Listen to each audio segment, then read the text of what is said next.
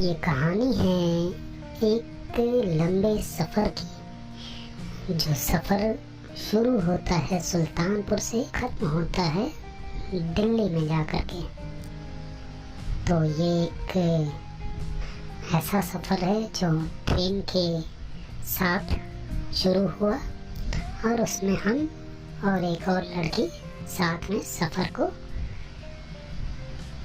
एक अलग दिशा देने की कोशिश की गई है। और इसमें कुछ ऐसी भी स्थितियाँ आई जिन्हें हम लोग हैंडल करने की पूरी कोशिश करते रहे। तो आइए आप लोगों को ले चलते हैं एक ऐसी ही कहानी के साथ जोड़ने का प्रयास करते हैं आप लोगों को कि ये जो कहानी है इसमें क्या कुछ होता है। तो उसको सुनते हैं और अपने अपने जो विचार हैं आप लोग मुझे कमेंट में ज़रूर बताइएगा। और क्या मैंने सही किया या गलत किया उसे भी आप कमेंट में ज़रूर बताइएगा। और इसी तरीके से आप लोगों को हम अनेक प्रकार की कहानियाँ लेकर आते रहेंगे। तो आप ध्यान दीजिएगा और गौर फरमाइएगा और ध्यान से सुनिएगा इस कहानी को। उसका सफ़र पहले से ही शुरू हो गया है, लेकिन मेरे साथ सफ़र शुरू होने में कुछ दूरी सुल्तानपुर से लखनऊ की दूरी बाकी है और फिर लगभग 1 घंटा लगा ट्रेन लखनऊ पहुंचती है। मैं तो दूसरी या तीसरी बार सफ़र में निकला हूं और शायद उसका वो पहला सफ़र होगा, देखने से लग रहा है। फिर मैं प्लेटफॉर्म नंबर 5 पर पहुंचता हूं। पहले से ट्रेन आकर खड़ी हो जाती है। पहले ये था कि ट्रेन प्लेटफॉर्म नंबर 1 पर आएगी, लेकिन कुछ तकनीकी खराबी के कारण उस ट्रेन को परिवर्तित कर 5 नंबर प्लेटफॉर्म पर रोका गया। मुझे वहां जाने में थोड़ा समय लगा। जब पहुंचा तो पहले से ही ट्रेन खड़ी हुई थी। मेरा टिकट मैंने निकाला, देखा तो उसमें मेरा S7 में सीट नंबर 7 लिखा हुआ है। फिर मैंने अपना जो बैग व सूटकेस था उठाया और S7 की ओर लंबे कदम बढ़ाते हुए, क्योंकि पहले ही ट्रेन ने हॉर्न बजा दिया था और थोड़ी सी चल पड़ी है, लेकिन तब तक मैं अपने डब्बे के पास पहुंच गया और आराम से अपने सामान के साथ ट्रेन में चढ़ गया। फिर राहत भरी एक लंबी सी सांस ली और फिर अपने सीट की ओर बढ़ने लगा।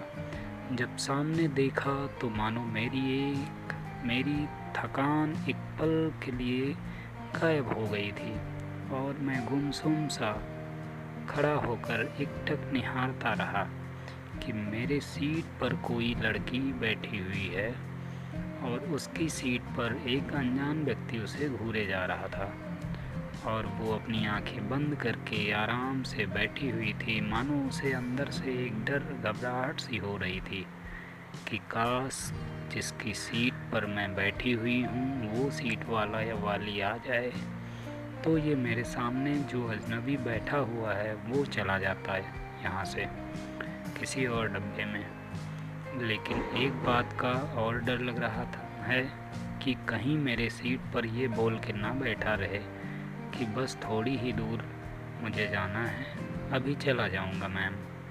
तभी मैं पहुंच गया और मैंने धीरे से आवाज़ देने ही वाला था कि वो झट से खड़ी हो गई और बाहर जाने लगी और उसके चेहरे पर एक मीठी मुस्कान आई, मानो उसके जानने वाला कोई आ गया हो। अतः यह सब मैं देख ही रहा था पहले से ही, तो मैंने उसे कहा आप बैठी रहिए, मैं आपके सीट पर बैठ जाऊंगा। नहीं, आप बैठ जाइए, मैं सुल्तानपुर से बैठी ही हुई हूँ, आप थोड़ा खड़े होकर कुछ देर चलना चाहिए, सफ़र काफ़ी लंबा है।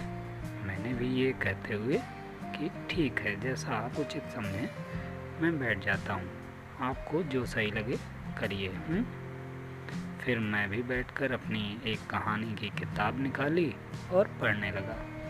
और कहानी इतनी अच्छी थी कि मैं कहानी के पात्रों में खो सा गया। फिर थोड़ी देर बाद देखा कि कुछ आवाज़ मेरे कानों तक पहुंचकर शोर और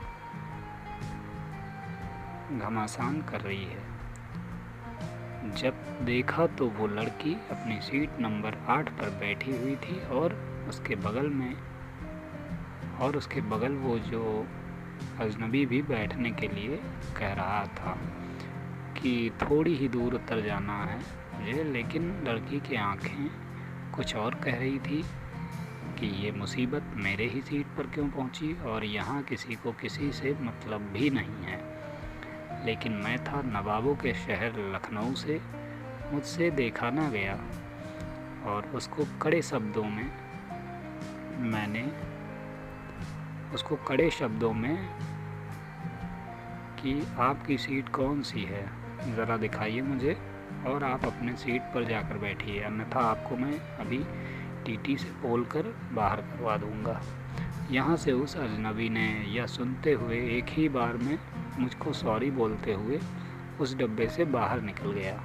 और फिर उस लड़की ने एक सुकून की सांस ली और एक बार धीरे से मेरा शुक्रिया अदा किया, लेकिन मैंने भी नज़रअंदाज करते हुए अपने कहानी में गुम हो गया। थोड़ी ही और कहानी बची हुई थी कि तभी इन दोनों की आवाज़ मेरे कानों तक पहुंच गई थी। फिर मैंने कहानी के जो और बचे हुए भाग को पढ़ने लगा और फिर उसी में मशगूल होने लगा।